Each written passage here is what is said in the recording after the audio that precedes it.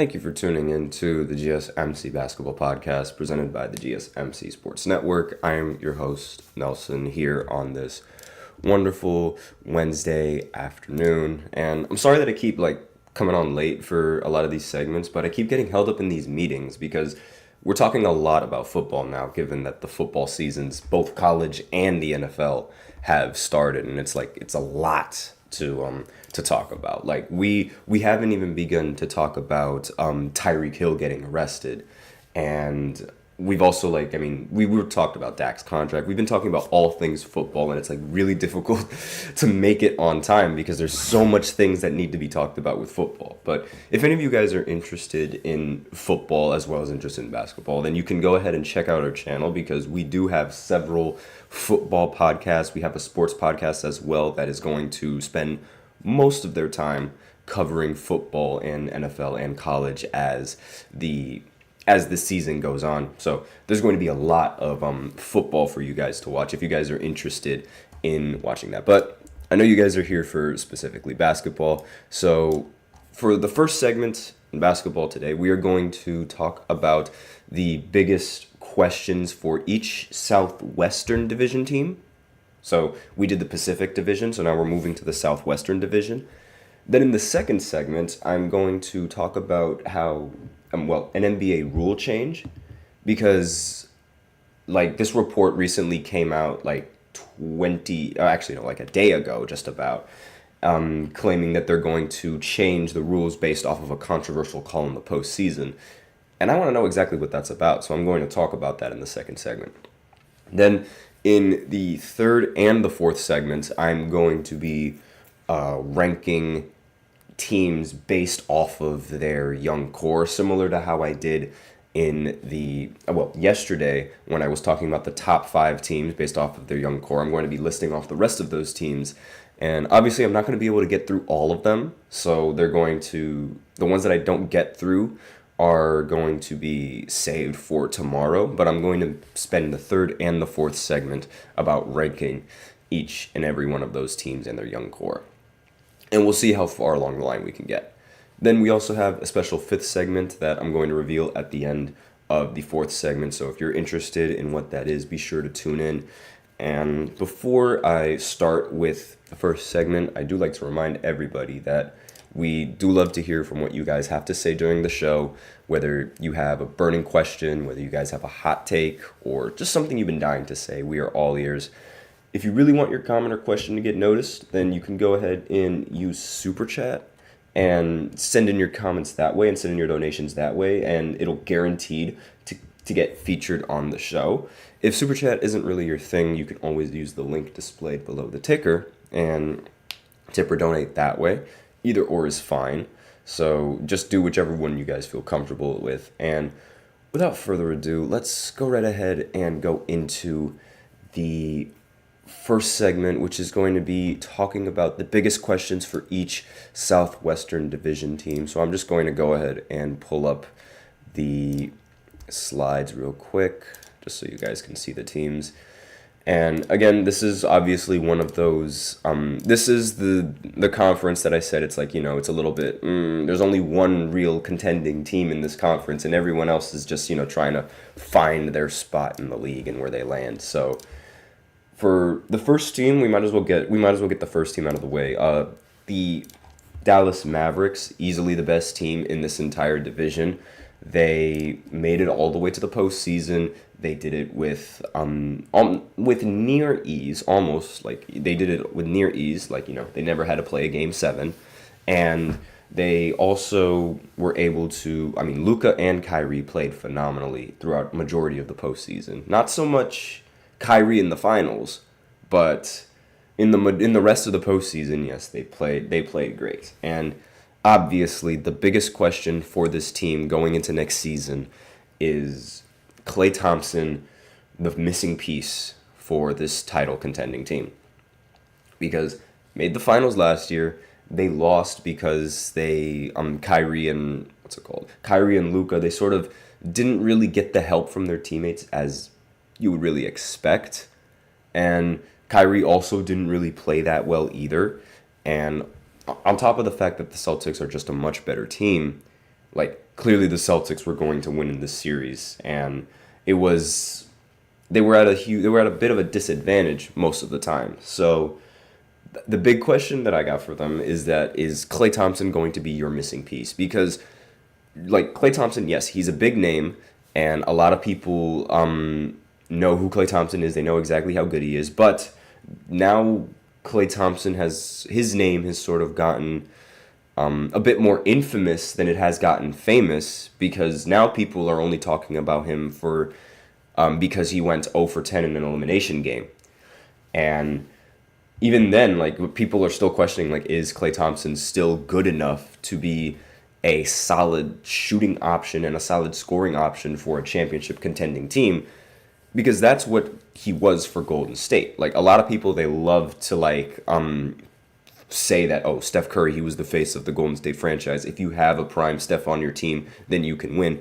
A lot of people forget that Steph Curry hasn't won a playoff game without Klay Thompson. So it's not just Curry. Klay Thompson is a very, very important part of those Golden State Warriors wins, especially down the stretch when he needs to hit important shots. So really, would he be the question is, will he be able to do this here? And Klay Thompson is coming off of his worst season since his second year in the league, and his numbers: 17.9 points per game, so basically almost 18 points per game, 3 rebounds, 2.3 assists, 38.7% from 3, would be a career year for most NBA players. But Klay Thompson, on the other hand, not so much. So when you look at this kind of performance, based off of, like, the standards that we uphold to him, it's unexpected. And will that production be enough for Dallas? That's really, like, the big, big question. And obviously, like, there's no doubt that he'll improve the Dallas roster, but will he improve the Dallas roster, like, for the postseason and be consistent enough in the postseason? That's going to be a completely different story. Next team on this list is the Houston Rockets.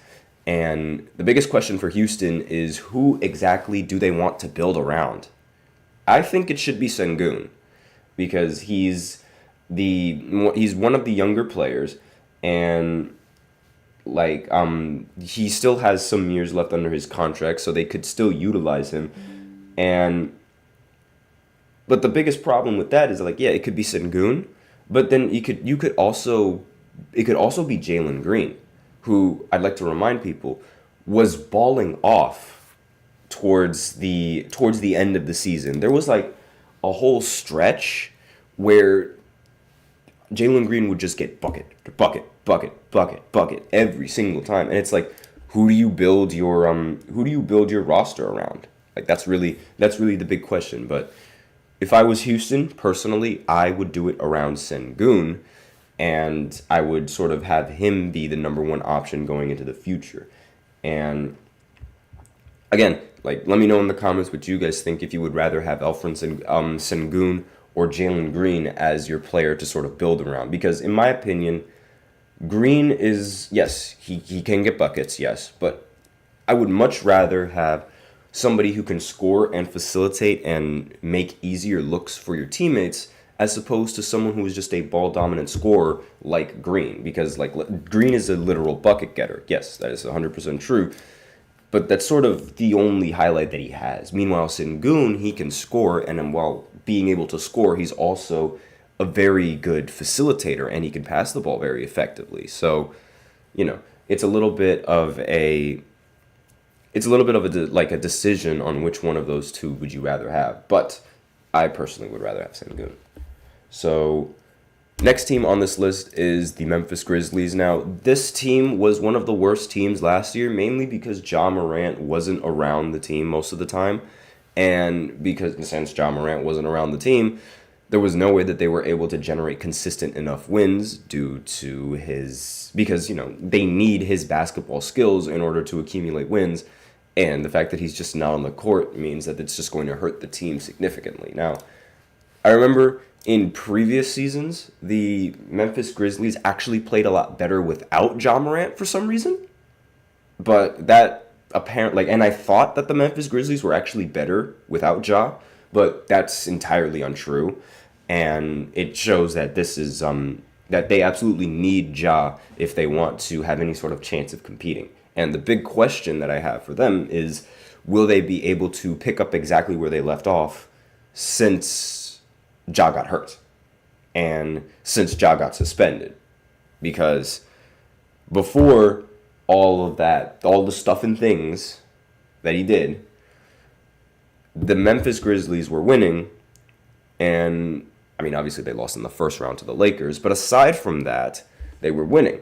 And then he gets suspended, and after he gets suspended, then he gets injured, and then he gets out for the season, and then there goes the Memphis Grizzlies. So really, the big question is, can this team actually make it back into the postseason and pick up exactly where they left off in competing? Because now they're going to have to compete against a lot more competition in this Western Conference. Not only do they have to deal with Anthony Edwards, now they got to deal with the loaded Phoenix. I mean, they had to deal with it before, but they have to deal with what are the teams? They have to deal with the Mavericks now as well. Maybe the Clippers, not entirely sure, but the Western Conference is incredibly stacked. And Zach Edey is going to be also another question that I have for them now that I think about it is, how is Zach Edey going to be a good caliber center? Because, and now the reason why I say a good caliber is because a lot of people compare him to Boban, and I don't really know how to feel about that. So I'm just curious exactly like how good Zach Edey is going to be. We're running low on time, so I'm going to like speed run through majority of this. So next we have the Pelicans. Obviously, they acquired DeJounte in a trade, and so their lineup is consistent of DeJounte, CJ McCollum, Brandon Ingram, Zion Williamson, and then the rest of the lineup. So really, the biggest question that I have for them, aside from can they get a good center, is this Zion Williamson's best year? Because I really want Zion to succeed, and aside from LeBron and Giannis, he's arguably the best finisher around the rim that I've ever seen in my entire life, and I really want him to succeed, and he has the tools that he needs to succeed. So hopefully he can, actually stay healthy for this season. And when he was healthy last time, he was able to make the All-Star game. So, and then finally, Victor Wembanyama and the San Antonio Spurs. And obviously, the biggest question for the Spurs is, what will Victor Wembanyama do next? What awards is he going to get? What records is he going to break? What sort of bar is he going to set for us? How much better is he going to be than last season? Though that is the question. And with that, we are out of time for the first segment. So now I'll go ahead and go into the second segment where I talk about the NBA changing its replay rules, which is a very new thing that I just read about. So I would very much like to talk about that right after this short break. So be sure to stay tuned. I feel like I'm losing my mind. Is everybody in the world blind? Please, Lord, give me a sign, a sign. I feel like I'm losing my mind. Is everybody in the world blind? Please, Lord, give me a sign, a sign.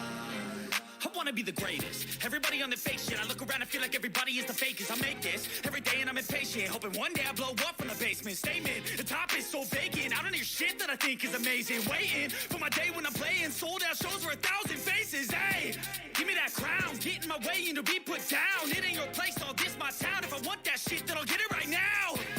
I'm losing it, the noose it fits. I'm losing shit, a stupid myth. You choose to live or choose to dip. You choose to fight or lose your grip and lose a gift. Oh, I feel like I'm losing my mind. Is everybody in the world blind? Please, Lord, give me a sign, a sign. I feel like I'm losing my mind. Is everybody in the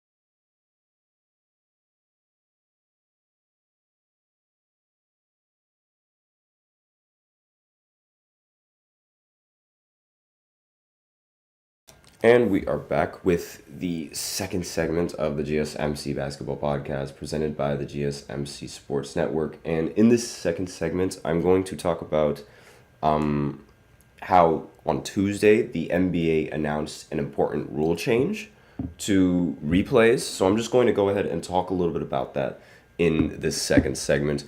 But before I begin, I do like to remind everybody that we do love to hear what you guys have to say during the show. Whether you guys have a hot take, burning question, something you've been dying to share, we're all ears. And if you really, really want your question or comment to get noticed, just use Super Chat and click, not click, but type in click the $ below and send in your chats or messages and donations that way, and it'll guarantee to get featured on the show. And if Super Chat isn't really your thing, you can always use the link displayed below the ticker on every show segment, GSMCpodcast.net, and send in your comments/donations that way. Really helps the show, makes it much more interactive between myself and you guys. Without further ado, let's go ahead and talk about the rule change in today's NBA.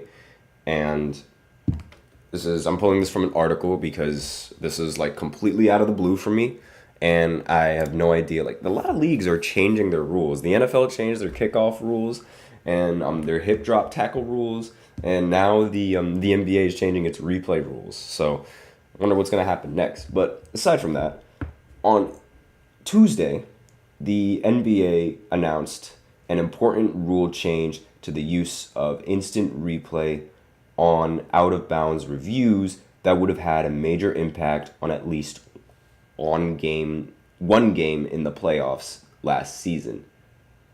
Yeah, whoever wrote this put a typo in there. That's unfortunate for them. Within the new rule, if a coach challenges an out-of-bounds violation, the game officials and the replay center are now able to look at if a foul occurred during the same play. In other words, if a team challenges an out-of-bounds violation and a review finds that a foul occurred, which led to the violation, the officials can now call for the foul, instead of forcing just on the out-of-bounds violation, and instead of focusing on just the out-of-bounds violation. That's a massive change that will undoubtedly see teams and coaches take advantage of when the season starts. Already, there's at least one play last season that this rule change would have come in handy for during Game 2 of the Western Conference Finals. The article continues saying, with less than a minute to go between the Mavericks and Timberwolves, Jaden McDaniels got the ball at the baseline in the corner and was immediately trapped by Kyrie Irving and Luka Doncic. Kyrie knocked the ball out of McDaniels' hands, causing it to go out of bounds, but the official said Minnesota retained possession. Dallas challenged the play, and upon review, it was determined that McDaniels touched the ball last, awarding the Mavericks possession. Pretty clear cut. Except when the instant replay was shown, Irving clearly fouled McDaniels by slapping him on the arm, which caused the ball to dislodge and go out of bounds. So, under the old rules, the referees won't be able to change the decision on an uncalled foul. So they can review whether the foul shouldn't have been called, but not the other way around, which is why Kyrie wasn't calling for a foul on the possession. That's why nobody was getting called for a foul on this possession. The play ended up having a massive impact on the outcome as the Mavericks went on to win at the buzzer to take a 2-0 series lead and eventually advance to the NBA Finals. Even after that game, crew chief Zach Zarba confirmed that Irving did foul McDaniels, but due to the rules, they couldn't change it upon review. With the new rule, if that exact play happens again, Irving would be assessed with a foul. The Mavericks would lose the challenge, and the Timberwolves would either be awarded with the possession of the ball or given 2 free throws, depending on if Dallas was in the penalty or not. It's important to note that this rule only applies to if a coach's challenge is used to contest an out-of-bounds violation. There will also be specific context that will be considered when deciding to assess a foul, including whether the players involved in the uncalled foul are the same or different players than the ones involved in and out of bounds, the distance between the uncalled foul and the out of bounds violation under the review, and the time elapsed between the uncalled foul and the out of bounds violation under review. We'll surely see the rule change have an impact in important games going forward, especially in an instance where a team is awarded 2 free throws in a crunch time situation. It may make coaches rethink using those challenges if they know their own player committed a foul, which would hurt them more than just losing possession of the ball. So it's a lot that I just unpacked there. But essentially, it seems like now, like, you know, it's like just a tiny minor little difference, like a tiny minor little change in the rules. Because, I mean, I don't know how exactly I really feel about this. I would have expected that this was already a thing in the NBA. Like, if you're looking at the replay and you see that a player gets fouled and you miss the call, you know, I would imagine that, like, the ref would be able to just make the right call, but apparently that's against the rules of the NBA, which I found rather surprising at the time, because it's like, how could that be against the rules? Like, yeah, sure, maybe you are reviewing for an out of bounds play, but if you got fouled, then why can't you overturn it and then call the foul? It doesn't make any sense to me. But now with this new rule change, we don't have to worry about that. But I sort of understand, like, why the refs do things the way that they do things, and why they officiate the way that they officiate, because of certain rules that the NBA has in place when reffing. And to be honest, like, this change, I don't know if it's going to have that big of an impact in the regular season. It's going to have a very big impact in the postseason, more so than it's going to have in the regular season. But let me know in the comments what you guys think about this new rule change. Let me know if you guys enjoy it. Let me know if you guys don't like it. Let me know if you'd rather see something else change. Maybe they should have added another clause in that phrase. Like, maybe another rule should have been added where you can replay and review other certain calls that the NBA just won't allow you to review or replay. So, you know, the rule change, I feel like it was necessary because, you know, you want to make sure that you get the call correctly, especially after recently where the calls just affected the outcome of the series. You could argue that it affected the outcome of the series, but when it affects the outcome of a very important series and when people are left unhappy, a lot of people, the league is going to try and change the rules to try and make it better. Similar to how a couple years ago, when in the playoffs, when Patrick Mahomes and Josh Allen played against each other, any of you football fans out there, the overtime rules were that if you got possession of the ball and you scored on the first play, you win the game, and that's it. And Mahomes did that, and the Bills ended up losing, and Bills fans were so upset that the NFL went ahead and changed the rules. Similar concepts over in the NBA on this end here. It's just what makes it a little bit funnier, like, for the Bills side and, like, the NFL side, is that the Bills fans were literally just complaining, because personally, I didn't have a problem with those rules. And, like, the only reason why they had a problem with those rules was because they ended up losing. And literally the very next week, Mahomes started with the ball, and he gave it away. So just a little bit of football in there, you know. I like football, but aside from that, yeah, it's sort of like it's a parallel, like how they were able to change the rules and why the rules were changed, because it affected the outcome of the game. And the same way that you can make the argument that it affected the outcome of the game, you could also make the argument that Rudy Gobert should have defended Luka Doncic a bit better in that game, because they lost at the buzzer to a Luka Doncic buzzer beater. So you can make the argument that Rudy Gobert shouldn't have gotten cooked and he should have played better defense. You can totally make that argument the same way that you can make the argument that the Bills should have played better defense. It's totally valid. But aside from that, we are out of time for this second segment. So now I'm going to go ahead and rank each and every single NBA team just based off of their young core. I'm going to go through as many of them as I can, and I'll be right back after this short segment, so be sure to stay tuned. Looking for your daily fix of sports talk without having to pay for it? GSMC Sports Network is available on YouTube. Just search GSMC Sports Network. Get your fix of daily sports talk shows on YouTube, absolutely free. NFL, college football, NBA, MLB, MMA, UFC, fantasy football, and so much more. GSMC Sports Network has shows running all day long, with new sports shows starting every 2 hours. Just like on your favorite cable sports channel, except GSMC Sports Network is absolutely free. Just search GSMC Sports Network on YouTube to catch one of your new favorite shows, like the GSMC College Football Podcast, Chip Shot Football Podcast, Hoops and Heels Women's Sports Podcast, GSMC Basketball Podcast, and so many more. Check it out for yourself. GSMC Sports Network, now available on YouTube absolutely free. Search GSMC Sports Network on YouTube right now.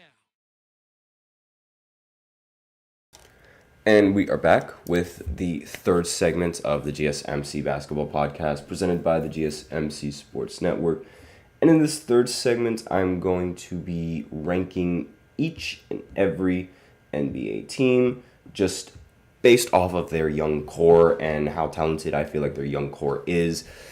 And we're going to just jump right into this. So I believe in the last segment, when I did this, I left off at the Memphis Grizzlies with Ja Morant and Jaren Jackson, Gigi Jackson, Zach Edey, all of those players. I left off on them. So now we're going to continue on with that list and start with the next team on the list, which is going to be the Indiana Pacers.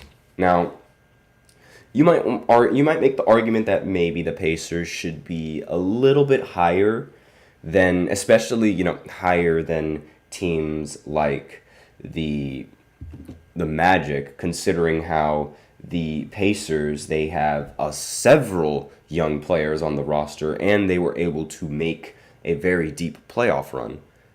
But the big reason why I don't have them ranked in the top 5 is because most of their wins in the postseason, in fact, no, all of their wins in the postseason came against injury-riddled teams. And I can't really give you the nod for playing against like an injury-riddled team and winning against an injury-riddled team. I also feel like Tyrese Halliburton's peak isn't going to be the same as Sengun's peak, or Chet Holmgren's peak, or Shai's peak, or Victor's peak, or even Paolo's peak, which is the big reason why I don't really have the Pacers ranked so high. I'm sorry, I'm just not a big fan of Tyrese Halliburton. I am not a fan of him at all.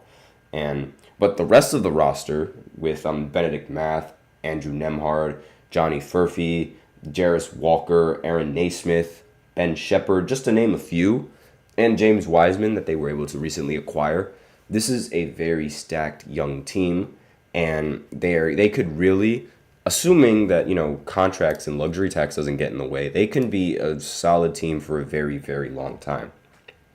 And really, it's like, now I just need to see them play well against teams that aren't injured, Then once I see that, then maybe my opinion will change. But the next team is the Minnesota Timberwolves. And this is another team that made it really, really far in the postseason, but somehow is out of the top 5. And I know that might start up a lot of questions and controversies and things like that. But the majority of English. The Timberwolves roster isn't entirely young. There we go. That's better English. Because, yes, they are young, but they aren't as young as the previous teams that I brought up previously, which is why they're ranked where they are. Because while they're young, yes, they do also have some older players on the team. But some of the younger stars include Anthony Edwards, Jaden McDaniels, Leonard Miller, Terrence Shannon, Josh Minott, Rob Dillingham, and those are the players. But aside from those players, I mean, Kat and Rudy Gobert, they're both considered rather old, and they aren't young talent anymore. They're just not. And that's the big reason why these guys aren't higher, because, yes, they do have a pretty solid young core, but that really solid young core is mainly Anthony Edwards. And I was really close to putting the Timberwolves over the Pacers, but I didn't do that because the Pacers have way more younger players on their roster and way more players they could build around if things go wrong. And next team on this list is the Dallas Mavericks. And again, this is another deep playoff team that is not in the top 5 of the young cores. And that's mainly because the young core is not really getting any younger. The young core is getting a little bit older now. I mean, Kyrie Irving is relatively old, and Luka Doncic is 25 years old. Again, that's still young, so he is part of the young core. But that's really the big reason why the Mavericks are so high, because of Luka Doncic.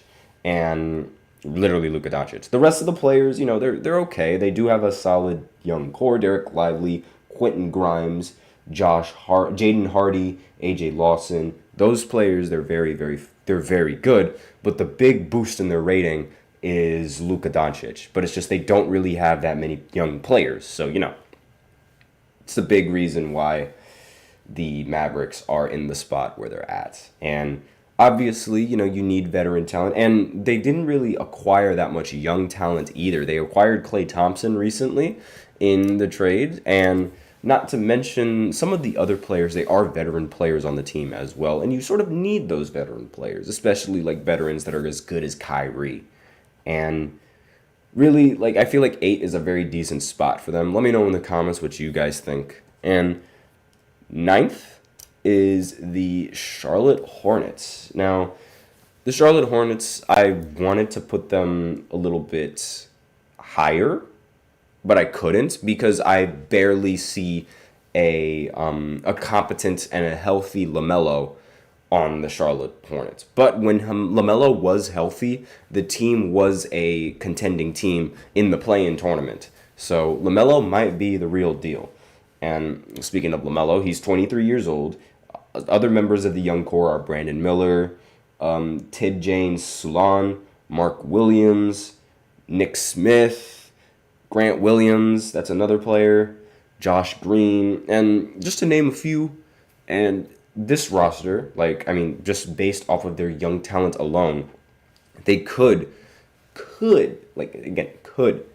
be dangerous just based off of their young talent. Obviously, if I were to pick a team that could beat any team's young core, Charlotte would be one of my favorite teams to win in that, because Charlotte does have while they don't have much experience in the postseason, I feel like LaMelo is going to be the real deal. I don't know why. I'm a big fan of LaMelo, and maybe it's just a bias that I have towards him, but I really feel like Melo is a solid player and the player that you need to lift up your team. And because he's one of those players that not only knows and has an IQ for the game, but he makes other people better with his passing. And sure, it might be a little bit flashy, but there's nothing wrong with being flashy as long as you get the basket, as long as you get the points. Nothing wrong with being flashy. And if you know how to be flashy consistently, I have no problem with it. In fact, I'd much rather players in regular season games, they do a lot of flashy things and they try to get the crowd into it, because a lot of these games now are just mainly they're just strictly business. We don't really see many players do crazy moves that entertain the crowd and things like that. But at times we do, at times sometimes we don't, but they're few and far between. So finally, the Detroit Pistons, they are 10th on this list. And really, the only reason why they're not really that much higher is because they've had this young core for a pretty long time, and the team has just been awful for a really long time. So I think that this team still needs some experience in order to be in a contending spot in the Eastern Conference. Cade Cunningham is a great basketball player. Like, he's really good. And really, the team just needs to be able to work around him to be able to, find that middle ground and find that competing and that winning groove. Because the Pistons, they just don't have much experience winning. So I think they just need time, and then given the time and given their development in this league, they will eventually be a very serious team in the Eastern Conference. But as of right now, it doesn't really seem like that's going to happen. But their young core is consistent of Cade Cunningham, as I mentioned before, the best player on the team, Jalen Duren, a rather underrated player on the team, Asur Thompson, Ron Holland, Paul Reed, Isaiah Stewart. Let's see, who else on the list? Marcus Sazzer, and all of those guys who are very, very young, and they aren't even a day over 25. Well, except for Paul Reed. He's like 25 years old. But aside from that, everyone else is relatively young. So now we're going to go ahead and go into a short break, and then I'm going to continue on with this segment and talk about the other teams that are and see how far we can go along with the young core. And if I don't make it through all of the teams today, then I'm going to continue on with the list tomorrow. So I'll be right back after this short break. Be sure to stay tuned.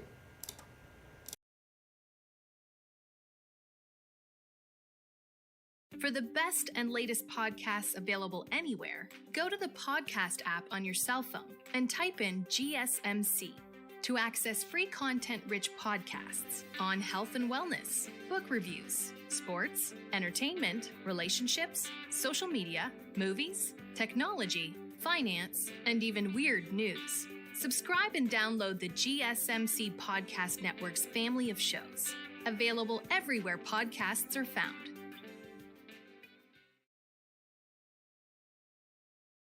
And we are back with the fourth segment of the GSMC Basketball Podcast presented by the GSMC Sports Network. And in this fourth segment, I'm just going to continue on with the previous segment, which is just talking about and ranking every single NBA team based off of their young core and their young talent. And we left off at the Detroit Pistons at number 10. So we're going to move on with the list and go to number 11, which is the Portland Trailblazers. And see, the Portland Trailblazers, the only real hype that they had around them was when they went ahead and drafted, was when they went ahead and drafted, I believe it was Scoot. Like, for some reason, a lot of people felt like Scoot Henderson was going to be the best player going into this draft. And really, it was mainly Wembanyama haters and Wembanyama doubters saying that he was going to be the best player in the draft class, But obviously he wasn't. But despite that, he is still a very solid player. Now, the team has a lot of young talent and a lot of young depth on the roster due to their recent trade with the Bucks and sending Damian Lillard over there. And really, it's just not while they are a young team, they just don't really seem to win all that much. But obviously, in a league against veterans, I don't really expect these young guys to win. I mean, no, there's only like 3 or 4 players that are around 24, 25 years old in their young core. So like they have Scoot Henderson, who's 20 years old. They have Donovan Clingan, who's also 20 years old. And then they have Shaedon Sharpe, who's 21. Ryan Rupert, who's 20. Let me just keep looking at the roster. Chris Murray, 24. Dalen Banton, 24. And the oldest one, Aferny Simmons, 25. And Aferny Simmons is actually a very competent player. Like, he is a baller. A lot of people wanted him to, a lot of Portland fans, they really hope that he is going to be like, the next guard to replace Damian Lillard. And Fernie Simmons over the last season, he wasn't that bad. But then again, you can't really be being one of the bottom feeding teams and me saying you're not that bad is it's being generous, right? You guys understand that. And it's really, I'm just looking at the rest of the roster, seeing if they have anybody else that's younger. And really, it's just, the way I see it, it's going to be a matter of time for Fernie Simmons to be able to take that next step. Because as of the last 2 seasons, he's averaged 21 and 22 points per game. And while he doesn't really shoot that efficiently from the field, he does shoot really efficiently from 3, actually. But from the field overall, he doesn't shoot that efficiently. But he is a competent player, and he could be the face of this team and the next face of Portland, and the next, I wouldn't want to say the next Damian Lillard, but maybe, because as much of a legend as Damian Lillard is in Portland, he hasn't done anything for them. I'm sorry, but it's he has no MVPs. He has barely any first team selections. He has barely any All-Star selections. He has barely any success in the postseason. He only has 1 Western Conference Finals appearance. And sure, you can make the argument that it was because the Golden State Warriors were stacked, but you can also make the argument that Damian Lillard didn't play nearly as well in the postseason as you might have expected him to. A lot of people consider Dame as a postseason demigod and a postseason clutch king after that ridiculous half-court shot against OKC all the way back in 2019. And a lot of people think he is such a clutch point guard, but the reality is that he's had several series and he's had several playoff series where he just underperforms and the team loses because of him. So just throwing that out there for just food for thought for all of you guys. And enough of my rambling. Let's continue with this list and go on to the Toronto Raptors. And the Toronto Raptors, obviously, their best player in the young core is Scottie Barnes. I am a huge fan of Scottie Barnes. I had him on my fantasy team last year. Arguably the biggest steal in the entire fantasy draft that we did. And nobody thought he was going to be good. I think I had him because I was able to pick LeBron, and then I was able to pick Anthony Davis right out with the picks. I believe I had Scottie Barnes maybe as my 7th pick, which is insane. Not even maybe not my 7th pick now that I think about it. I think I had him as maybe my 5th pick, something like that. But regardless, having that as the 5th pick is a crazy steal. Or maybe it's a little bit later. I don't remember, but I remember that. I remember his stats. I remember his fantasy stats. Those were phenomenal. And he's 23 years old. He's obviously going to be the face of this team. Last season, before he got hurt, he led the Raptors in every single statistical category that you could possibly think of. Points, rebounds, assists, steals, blocks. I don't know about turnovers, but, probably. And the rest of the team as well is really competent. They have R.J. Barrett, who's playing at home. Emmanuel Quickley, 25 years old. Jacoby Walter. Jamal Sheed. Ochai Agbaji, excuse me if I botched that last name, Grady Dick, and forgive my profanity, that's his last name, and Jonathan Mugbo. Now, all of these guys, the only one that's relatively in the older side is Quickley. Quickley is the oldest member in the entire young core at the age of 25. So these guys, and the fact that Scottie Barnes is only 23 years old and he's already this good at everything on the basketball court is astonishing in my opinion. Next team is the Chicago Bulls. Now, the Chicago Bulls, I have a feeling that they might move up in this ranking because I have a feeling that they're going to trade away Zach LaVine and they're going to try to gain some kind of either draft capital or they're going to try to get a really solid player in return, or maybe even I think they're going to rebuild. Apologize for that. They're going to send him and then they're going to rebuild, and that's going to give them even more depth. So as of right now, their young core is looking like Matas Buzelis, who's 20 years old, Josh Giddey, 22 years old, Kobe White, who's 24, Jalen Smith, who's also 24, just to name a few of those guys. And, I mean, the Bulls have they've been stuck in mediocrity for a very, very long time. And I'm not entirely sure if this is going to be the year where they're going to pull themselves out of mediocrity. And I'm also not entirely sure if they're going to actually make a deal to get rid of Zach LaVine, seeing as the DeMar DeRozan experiment did not work. But that still remains to be seen.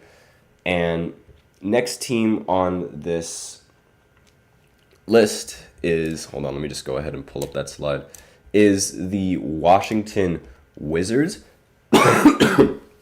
Excuse me. Now, the Wizards, aside from Detroit, like, in my opinion, this Washington Wizards team is the worst NBA team ever. I think they're the worst NBA team. Like, right now, the worst. And the big reason why they're the worst, Jordan Poole. I cannot stand his game. Everybody thought that Jordan Poole was going to average 30 on this Washington Wizards team. He hasn't averaged 20. Everybody thought he was going to be the face of the team. Nobody wants to even see his face on this team. Like, he is terrible. No, let me scratch that. He is questionable, and his shot selection is terrible. That's what it is. His shot selection is terrible. And because of that bad shot selection, it hurts the team more than it does help the team. He doesn't even, in huddles and in timeouts, he doesn't even pay attention to the plays. He has flashes of brilliance, yes, but he also has huge, and it's overshadowed a lot by his flashes of ignorance. Like, his flashes of greatness is overshadowed by his flashness of ignorance. Just imagine that play on words. Like, it's really, really, it's really bad, in my opinion. And a little bit. Let me stop rambling about Jordan Poole and just how bad he is, or how bad I feel he is. Because Jordan Poole, while he isn't very, how should I say, reliable, I guess, the rest of the young lineup that they have could also be really nice. I mean, they do have Corey Crispert, Sadiq Bey, Johnny Davis, Marvin Bagley. They recently got the second overall pick in Alexander Sarr. And, I mean, while Alexander Sarr played horribly in the Summer League, we still have to wait and see just how good he actually can be, because we never know. NBA and Summer League are two different leagues. And finally, we are getting to the final team on this list, and that is we're getting to the 15th team, which is the Atlanta Hawks. Now, the reason why I said final there was because, like, I didn't really expect to be able to get through all of them in this time. So I'm, saving the rest of that list for tomorrow and for later segments. So just so you guys know. But aside from that, the Atlanta Hawks, they got the number 1 pick in the draft. They were able to get Zach Rasacher, 19 years old, Jalen Johnson, he's 22, and Dyson Daniels is 21. Trae Young isn't really considered young anymore, but he still is, on the relatively younger side of the league, as opposed to being one of, like, the vets and the older players. Even though, you might want to consider him a vet now, but he's not old, like old, if you guys know what I'm saying. But aside from that, that is all that I have for this 4th segment. So now I will go ahead and go into the 5th segment, where I talk about the Lakers and some trade rumors that are going around with the Lakers. And actually, no, not trade rumors, some Lakers trade targets that they should be interested in acquiring. So I'll be right back after this short break. Be sure to stay tuned.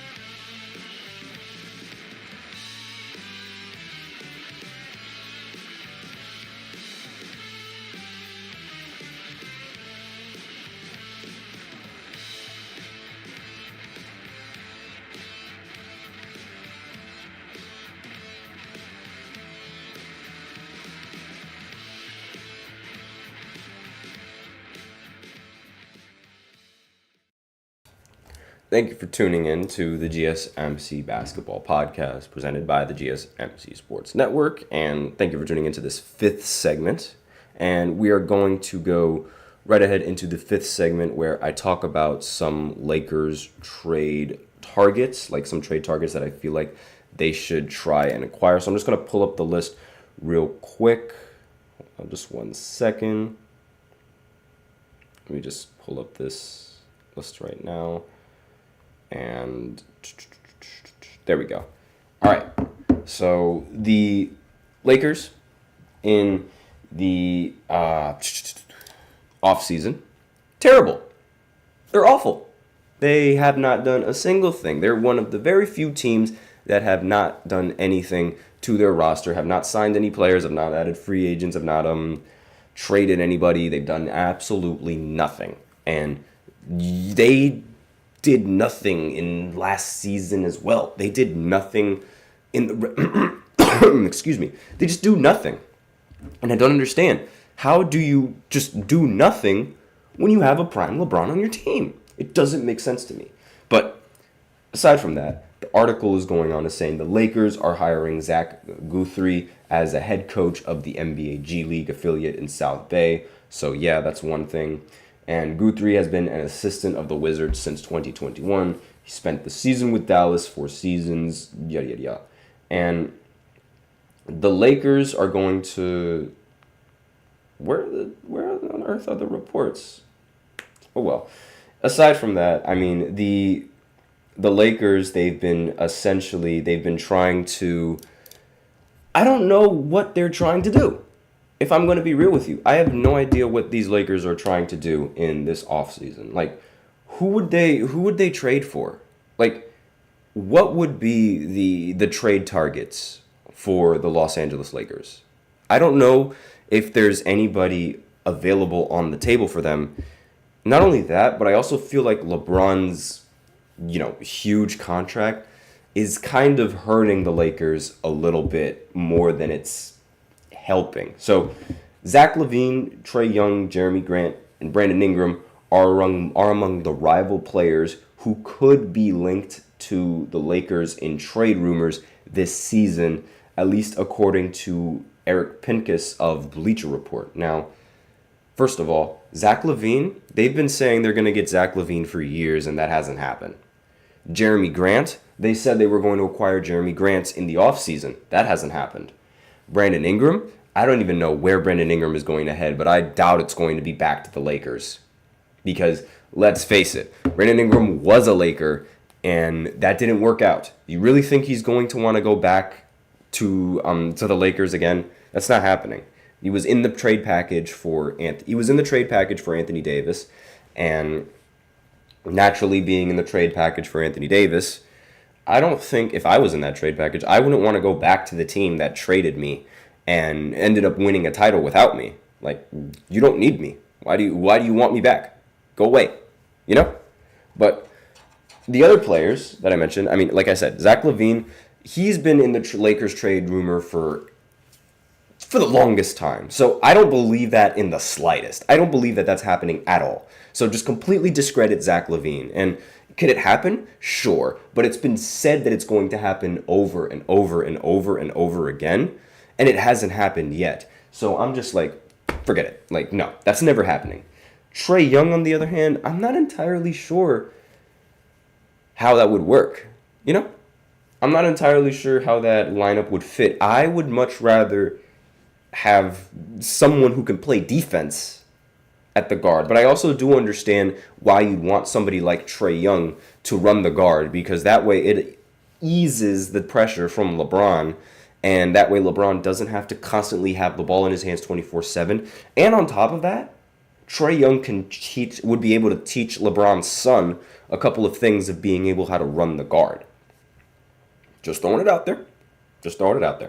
Aside from that, the Jeremy Grant, I feel like Jeremy Grant is probably like, in terms of having a dominant prime LeBron, Jeremy Grant would be the best fit for the team, because that way you can put LeBron at the point guard, and then you can put Jeremy Grant at the 4 and Anthony Davis at the 5. I know Anthony Davis is going to complain about being the 5, but tough.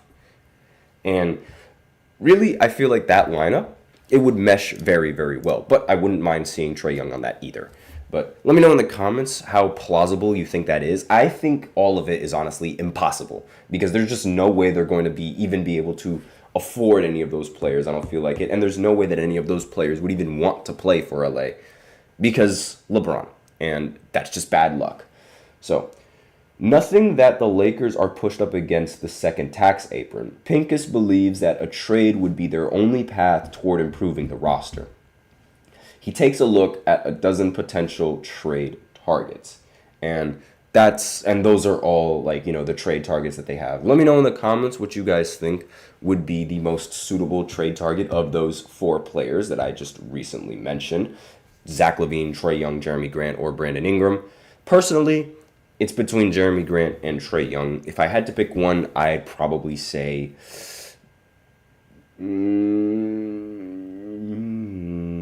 let's think. If it was one, I don't know. That's tough because, for one, Jeremy Grant is a great fit, but I don't know how well he's going to play in the postseason.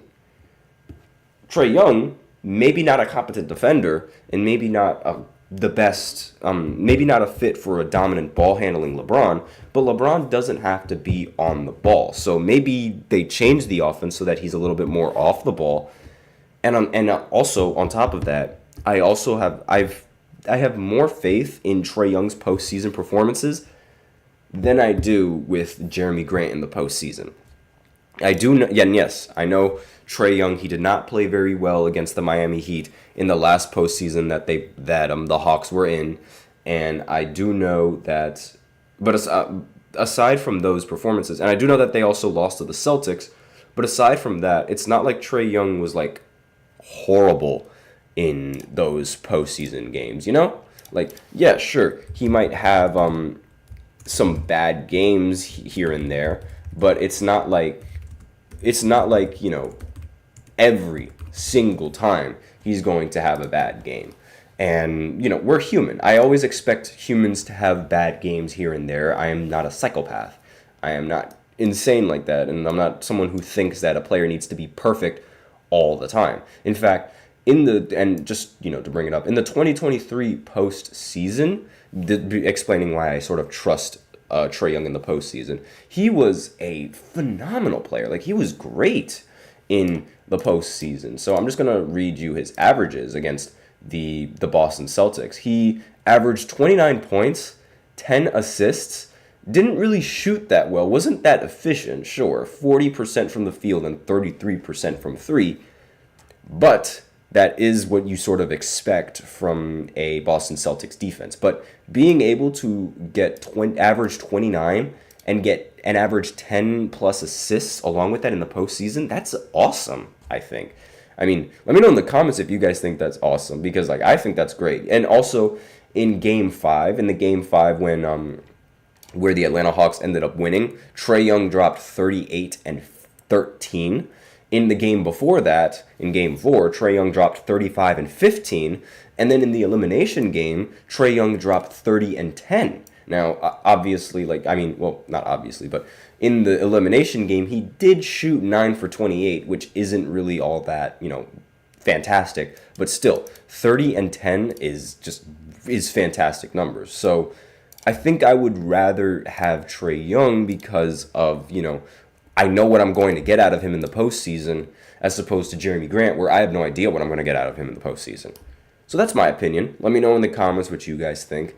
And that is all that I have today on this segment and this podcast. Thank you so much for tuning into the GSMC Basketball Podcast, presented by the GSMC Sports Network. Your support means a lot to us, so remember to subscribe to the show, leave a positive review. It really does make a difference. We also invite you to follow us on Facebook, Twitter, TikTok, and Instagram for more content and updates.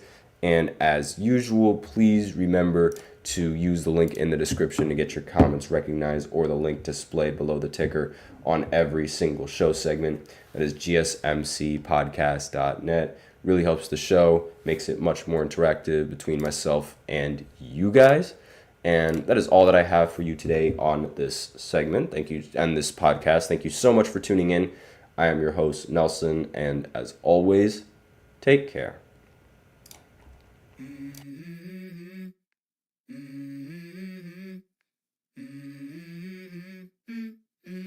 Let's go. I wake up to a little bit of drool on my pillow, feel like it's gonna be a bad day. Yeah, I'm tired of shit, and the coffee ain't hit yet, damn it.